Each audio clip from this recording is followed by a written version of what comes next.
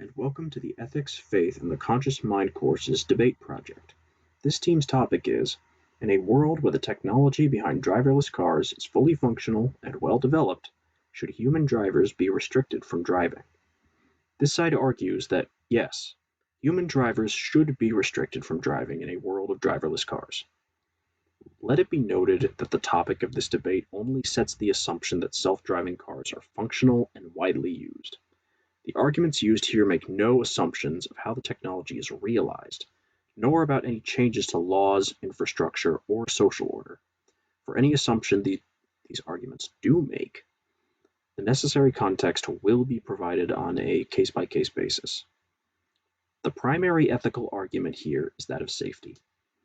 The assumption is that driverless cars are the overwhelming majority of vehicles on the road, making a human driver the odd one out in this scenario. Even today, studies on differences between human drivers and artificial systems built to drive cars, real or simulated, demonstrate that there are marked differences in how a human and a computer negotiate both the road and traffic. By citing these differences, it is our assertion that by choosing to drive in a traffic system dominated by self-driving vehicles, a human driver places him or herself in danger. Not just themselves, but passengers in other vehicles, pedestrians, property around the road, and so on are endangered by introducing a rogue element into the traffic system. Part of the previous sentiment is informed by statistics related to drunk driving. Today, where human drivers are the majority, the statistics say that about 800 people are injured daily, and about 30 people are killed daily in incidents related to drunk driving in the United States. This does not take into accounts that are not caused by driving under the influence. Any number of other factors can contribute to human error while driving that result in an accident, whether or not someone is injured or killed. Exhaustion, distraction, negligence, weather conditions, all of that can get human drivers into accidents. Related to factors that cause humans to get into accidents are the limits of human perception. Exhaustion or distraction may weigh on somebody's perception and cause that driver to miss an important cue while driving. Also consider that when driving, a driver's primary mode of perception is sight. Even with mirrors, sight is fallible due to blind spots around the car that a driver cannot see without turning their head away from the front of the vehicle.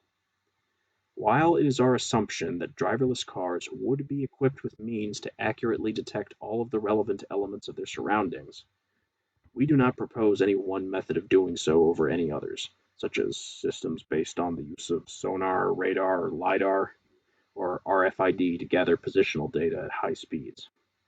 We do not presuppose that a self-driving car system of detection is necessarily better than that of humanity's ability to process sensory elements, but distraction, exhaustion, more do significantly contribute to the likelihood of car accidents.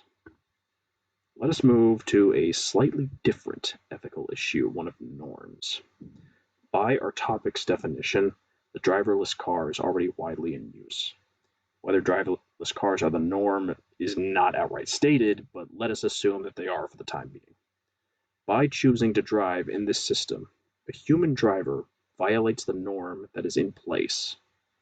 And how does a system like this come to be the norm to begin with? From an engineering perspective, a product as complex as a self-driving vehicle would likely never make it to market if there were any doubts about its safety or reliability. Because of the risk involved, any group attempting to design and produce an autonomous vehicle would have to rigorously test their system, find edge and corner cases, iron out any flaws that impact either safety or reliability, and report those results. Efficiency would likely also be a factor, but given the traffic fatality statistics of today that any potential designer must contend with, a system of self-driving vehicles would not become widespread if it was known to be any less safe than humans behind the wheel.